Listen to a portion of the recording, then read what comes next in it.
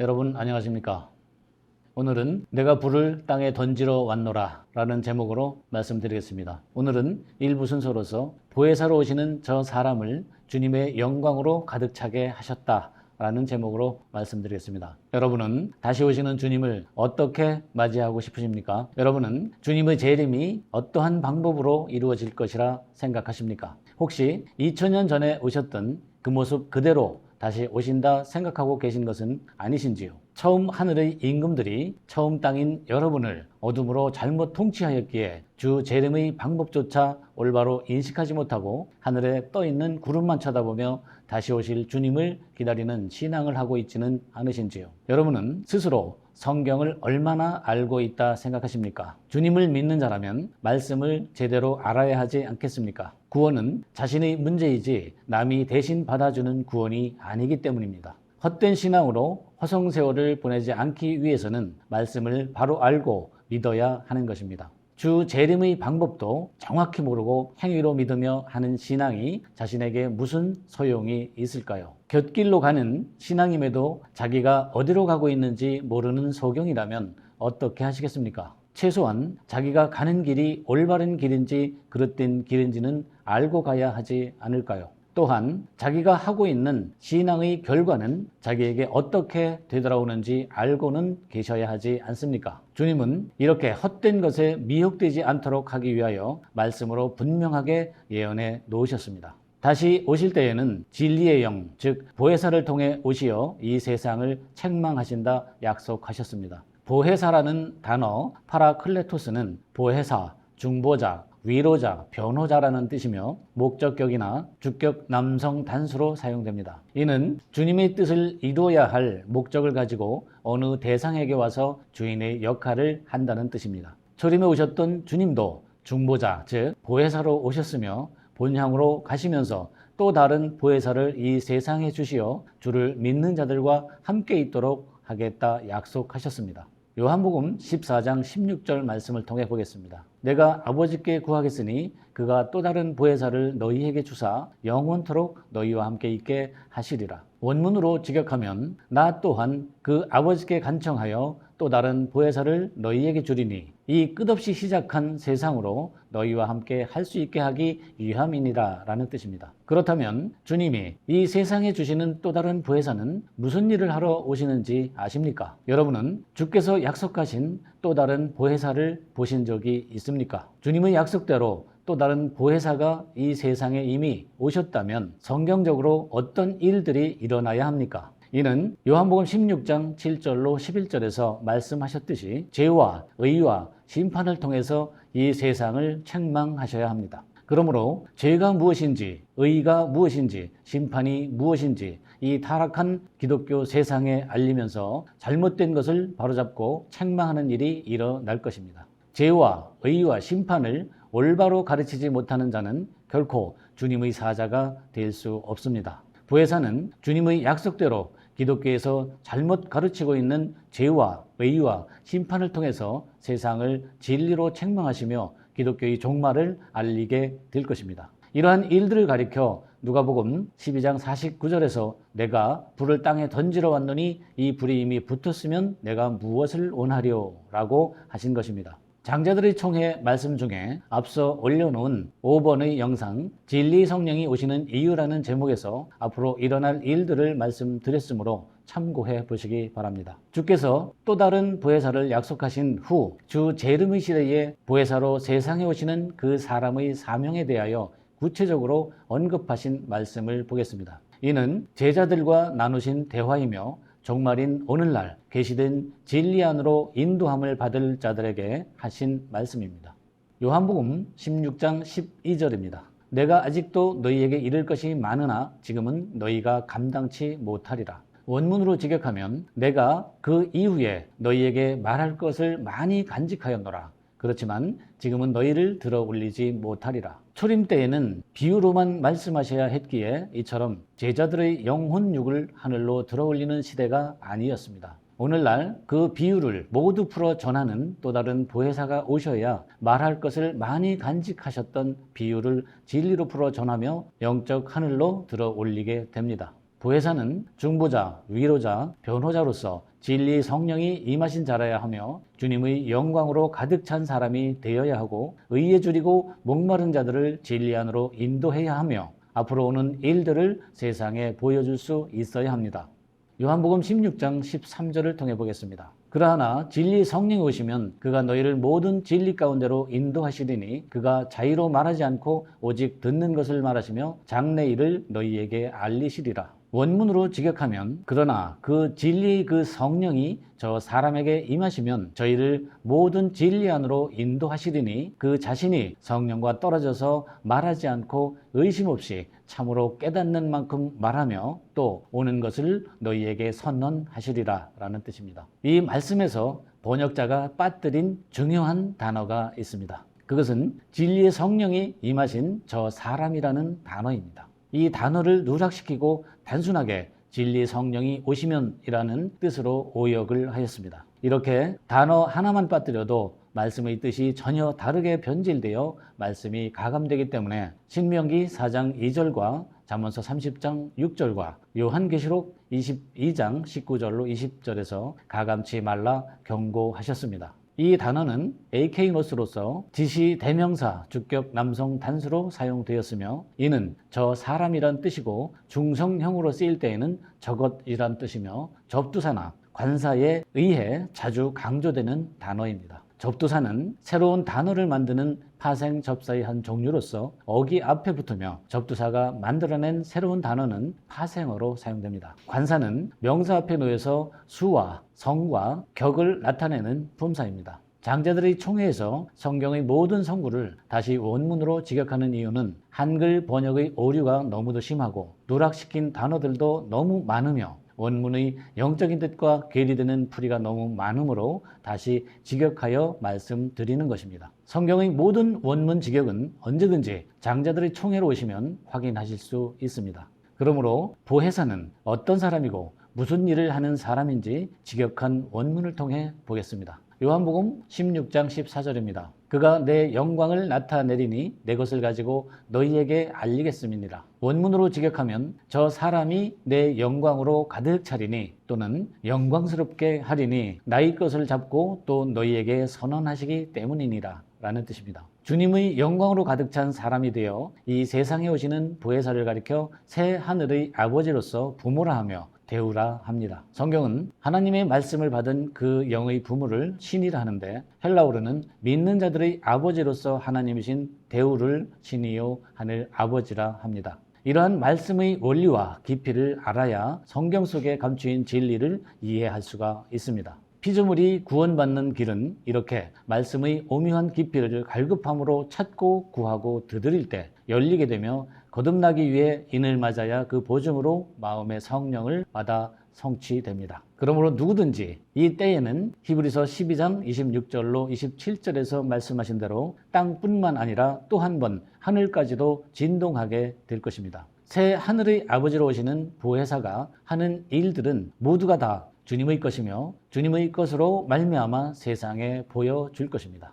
요한복음 16장 15절입니다. 무릇 아버지께 있는 것은 다 내 것이라. 그러므로 내가 말하기를 그가 내 것을 가지고 너희에게 알리리라 하였노라. 원문으로 직역하면 그 아버지가 붙잡은 일들은 다 나의 것이라. 그것으로 말미암아 말하며 나의 것을 잡고 후에 또 너희에게 선언하시기 때문이라 라는 뜻입니다.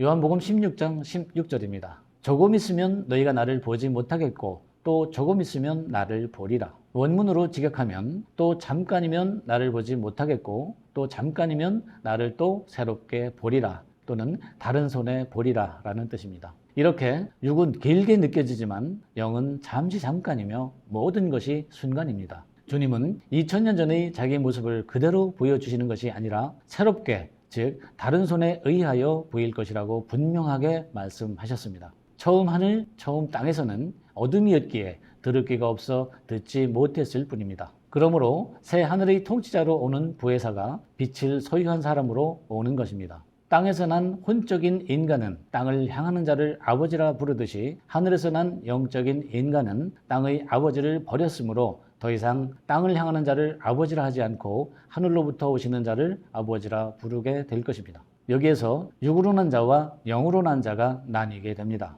육으로 난 자는 혼적인 인간이며 영으로 난 자는 영적인 인간이며 이 세상에서 서로 공존하며 살게 될 것입니다. 이렇게 종말의 시대가 열렸으므로 지금부터 영적인 출애굽의 역사가 시작됩니다. 이때 처음 하늘 처음 땅으로 남는 자를 애굽인이라 하며 둘째 하늘로 올라 인을 맡고 성령을 받아 셋째 하늘로 출애굽한 자들을 가리켜 이긴 자요 이스라엘이라 합니다. 마태복음 23장 9절입니다. 땅에 있는 자를 아비라 하지 말라. 너희 아버지는 하나이시니 곧 하늘에 계신 자신이라. 원문으로 직역하면 땅을 향하는 자를 아버지라 부르지 말라. 실로 너희 그 아버지는 진실로 하나이시니 하늘로부터 오시는 자신이라. 또는 하늘에 속한 자신이라 라는 뜻입니다. 땅을 향하는 이 아버지는 육적인 아버지를 말하는 것이 아닙니다. 처음 하늘의 통치자인 세상 임금, 즉 세상 목자를 말하는 것입니다. 말씀을 문자적으로나 세상적으로나 은혜적으로 전하며 어둠으로 땅을 향하는 목자를, 즉 당신이 의지하고 신앙을 하던 세상 목자를 아버지라 하지 말고 새 하늘로부터 빛으로 오시는 자를 아버지로 부르라는 뜻입니다. 이렇게 하늘로부터 오시는 아버지는 심판자로서 이 세상에 오셨습니다. 이 또한 주님께서 이미 2000년 전에 하신 약속이 오늘날 실상으로 이루어지는 것입니다. 누가복음 12장 5절을 보겠습니다. 마땅히 두려워할 자를 내가 너희에게 보이리니 곧 죽인 후에 또한 지옥에 던져넣는 권세 있는 그를 두려워하라. 내가 참으로 너희에게 이르노니 그를 두려워하라. 원문을 직역하면 지금 두려워할 누구를 너희에게 보여주리니 두려워하라. 그를 죽이고 나중에 저 지옥에 던져넣는 사법권을 소유한 그를 두려워하라. 참으로 너희에게 이르노니 이 사람을 두려워하라 라는 뜻입니다. 여기에서 두려워하라 하신 단어 푸호 배우는 두려워하다, 경악하다, 무서워하다, 놀람을 당하다, 경외하다 라는 뜻이며 부정과거 수동태 명령법 2인칭 복수로 사용되었습니다. 이는 과거나 현재의 동작이 정해지지 않아 불확정적이라는 표현으로서 누구인지는 모르겠으나 주께서 수동적으로 누군가에게 계시를 주어 세상의 심판자로 보여주리니 누구든지 지옥에 던져넣는 사법권을 소유한 그 사람을 두려워하라 라는 명령입니다.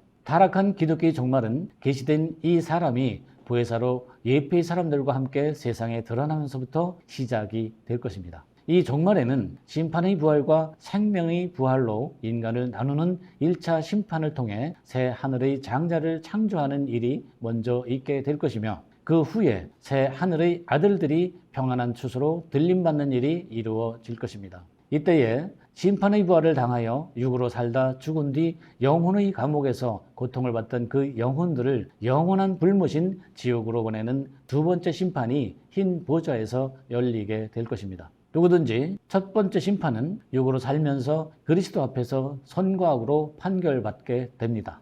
요한복음 20장 23절을 보겠습니다. 너희가 네 죄든지 사하면 사하여질 것이요 네 죄든지 그대로 두면 그대로 있으리라 하시니라. 원문을 직역하면 너희가 어떤 사람들의 그 죄들을 무엇이든지 용서하면 면제될 것이요 어떤 사람들의 가능성에 힘을 쓰면 단단히 붙들 것이라. 또는 손을 놓으면 손을 놓을 것이라 라는 뜻입니다. 이 말씀도 오역이 심합니다. 이렇게 1차 심판자가 성수에서 새 절기로 인치며 죄를 용서하면 사해질 것이고 생명으로 부활할 가능성이 있으면 진리로 붙들어 줄 것이며 부활할 가능성이 없으면 손을 놓게 되어 죽게 된다는 뜻입니다. 주님을 믿는 믿음은 그가 하는 일을 보면 주께 속하였는지 자기 기만인지 드러나게 됩니다. 요한복음 14장 12절입니다. 내가 진실로 진실로 너희에게 이르노니 나를 믿는 자는 나의 하는 일을 저도 할 것이요 또한 이보다 큰 것도 하리니 이는 내가 아버지께로 감이니라. 원문을 직역하면 진실로 진실로 너희에게 이르노니 나를 믿는 자는 내가 실천하여 그 일한 것을 그 역시 실행하며 또 그들도 크게 실천하리니 내가 그 아버지를 향해 움직이기 때문이니라 라는 뜻입니다. 주께서 아버지께로 가셨다는 것은 하늘로부터 오시는 아버지를 향해 진리의 영으로 움직이신다는 뜻입니다. 그렇기 때문에 주를 믿는 자라면 그 아버지의 통치를 받으며 주께서 하신 일을 그 역시 동일하게 실행할 것이라는 말입니다. 주님께서도 믿는 자들의 아버지로서 하나님이신 대우의 모습으로 이미 초림 때 보이셨습니다. 골로새서 1장 15절에 그 증거가 있습니다. 그는 보이지 아니하는 하나님의 형상이요 모든 창조물보다 먼저 나신 자니라. 원문을 직역하면 그는 그 볼 수 없는 그 대우의 형상이요 모든 최초의 창조로 처음 나신 자니라. 즉 장자로 먼저 산고를 겪으신 분이라는 뜻입니다. 처음 나신 자란 프로토토코스로서 처음 난 자, 맏아들, 즉 장자를 뜻합니다. 오늘날도 하늘로부터 오시는 아버지, 즉 보혜사로 하늘에 속한 아버지의 때는 아무도 모릅니다. 새 하늘의 통치자로서 대우러 오시는 그 아버지가 아니라면 알 수가 없는 것입니다. 마태복음 24장 36절에 그 증거가 있습니다. 그러나 그날과 그때는 아무도 모르나니 하늘의 천사들도 아들도 모르고 오직 아버지만 아시느니라. 원문을 직역하면 그러나 저 사람의 그 날과 그때는 원주위에서 어떤 것도 아니 보이나니 저 하늘들의 그 천사들도 모르고 그 아들도 모르나니 만약 유일하신 그 아버지가 아니라면 모르느니라 라는 뜻입니다. 이 아버지가 계시던 진리를 가지고 오시어 성소 즉 원주위에서 7 교회들에게 보일 때라야 그가 주시는 계시를 듣고 믿는 자들만이 알 수 있게 됩니다. 마태복음 11장 27절을 보겠습니다. 내 아버지께서 모든 것을 내게 주셨으니 아버지 외에는 아들을 아는 자가 없고 아들과 또 아들의 소원대로 계시를 받는 자 외에는 아버지를 아는 자가 없느리라. 원문을 직역하면 나의 그 아버지로 말미암아 만민을 너희에게 넘겨주셨으니 또 그 아버지가 아니시라면 그 아들을 인정하는 이가 아무도 없고 그 아들이 또 그 아들로 의도하여 누구에게 계시한 자가 아니라면 그 아버지를 인정하는 어떤 사람도 없느니라 라는 뜻입니다. 이렇게 하늘로부터 오시는 영의 아버지는 아무나 알아볼 수 있는 분이 아닙니다. 사람의 아들로 오신 영의 아버지가 내려주시는 계시를 듣고 믿어 또 다른 사람의 아들이 되는 자들만 볼 수 있다는 뜻입니다. 이러한 과정을 통해 천상의 인간으로 사람의 아들이 재창조되는 것이며 사람의 아들이 있고 또 사람의 아들의 아들이 탄생하는 것입니다. 주님도 사람의 아들로 오셨으며 사람의 아들의 아들은 사람의 아들을 통해 재창조가 됩니다. 사람의 아들은 하나님으로부터 창조력을 받았으며 그에게는 또한 낳는 능력이 있습니다. 고린도전서 15장 22절을 보겠습니다.